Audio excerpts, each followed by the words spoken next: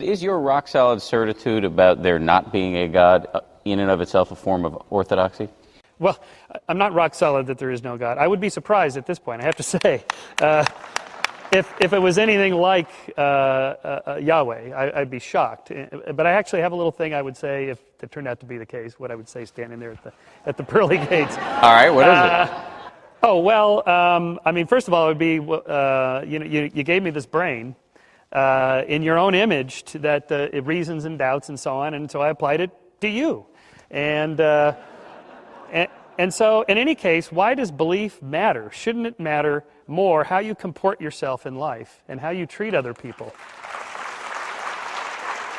And although, but Deepak, and I'll get you just 1 second. But Deepak's point is that molecules don't feel compassion. Right. That ethics and love and compassion and empathy are all, and you tell me if I'm wrong here, evidence that can be marshaled in support of an argument for divine. It is impossible, and Roger Penrose and John Searle would substantiate this. It is impossible for a physical system, no matter how complex it is, to process meaning, to process creativity, to process purpose, to process even, you can map that out, you can show the molecules there, but it is impossible for a physical system to feel those qualities. Okay, that's simply not true. It's what is true to say is that we don't understand how that is being accomplished, and we don't. And even I'll give you even more than that. We don't understand what the relationship between consciousness and matter is.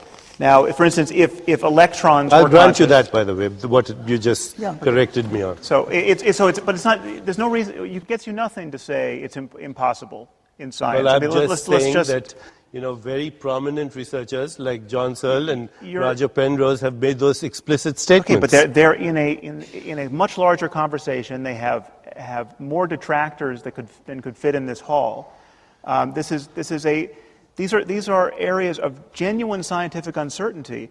But what is obvious is that the way to clarify this domain is not to pretend to know things you don't know. Well, I'm sorry. And you're saying. I want to bring Gene in. Yeah, I just want to say I'm sorry if I gave the impression that I don't know, that I pretend to know things that I don't know. I'm just offering a possible hypothesis. That's why we're calling it the future of God.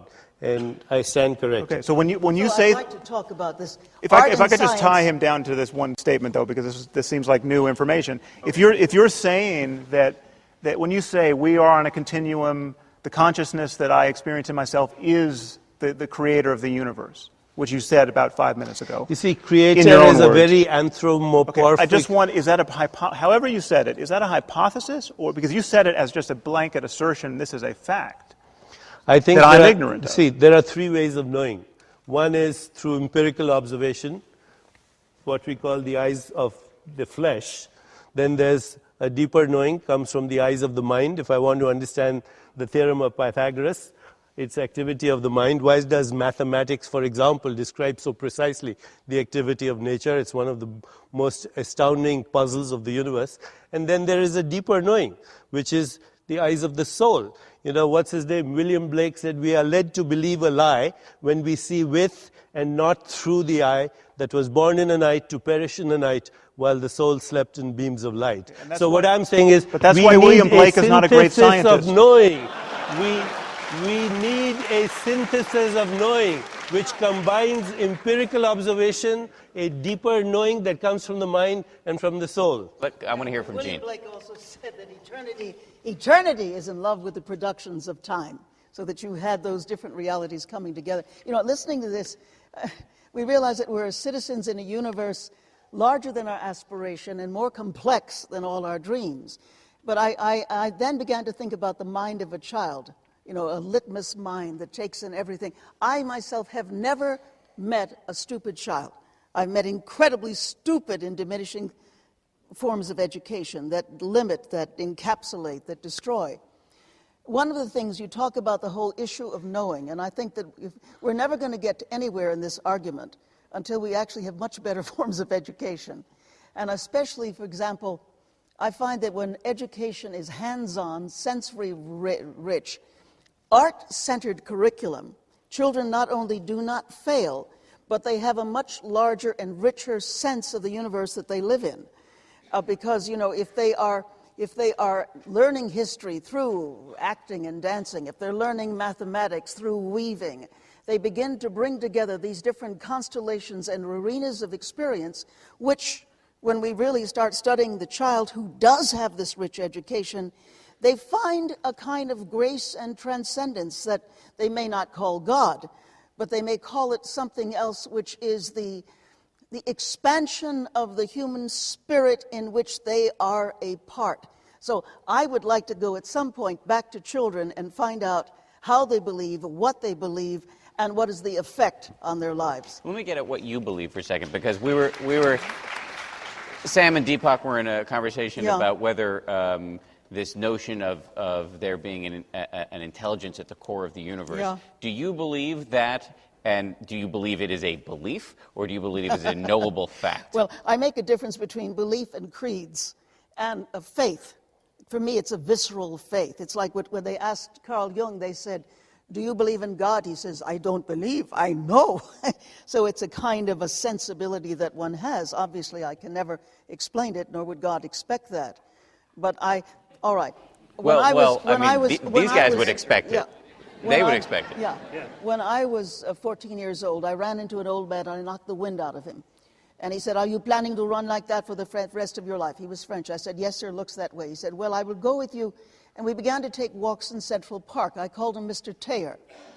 And he turned out to be Teilhard de Chardin, who lived across the street from me. And he said to me, "The people of your time will be taking the tiller of the world. But they cannot go directly. They must touch every culture, every people, every science, every way of knowing." And then he said, the noosphere, which is the field of intelligence, the field of mind, will come into being.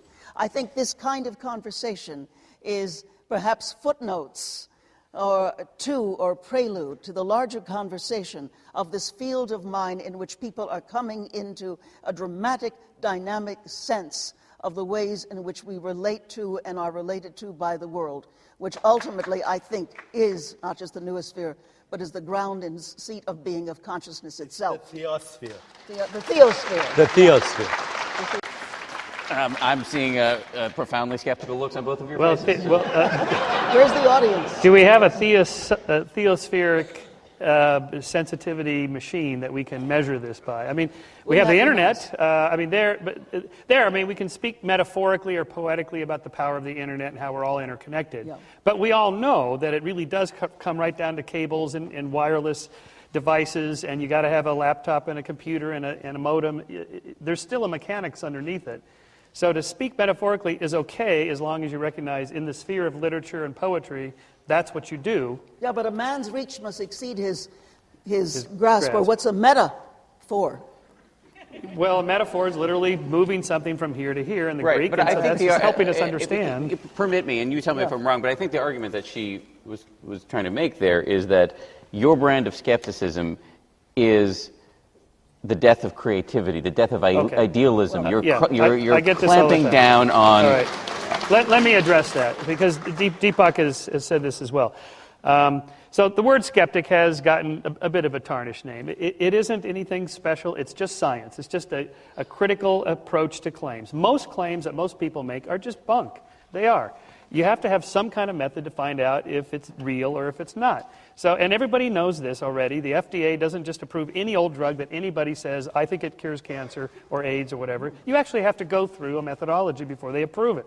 And all we're saying is that before you use words like Deepak does, let's define them carefully and see if there's actually any evidence. Is there data for this or not? Before we just hook ourselves to it as a belief system. And so it's really just an approach to claims. All scientists are skeptics. They just have to be, because there's so many goofy ideas out there, most of which are not true. Michael has said, I believe this is a direct quote, that when asked what is belief, you've said it's just brain chemistry. Yeah, that's right. Brain chemistry. Yeah.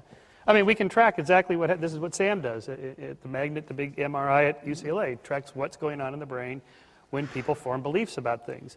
That doesn't take away in any way the power of belief, the social construction of belief, and how it drives behaviors. All we want to know is try to understand.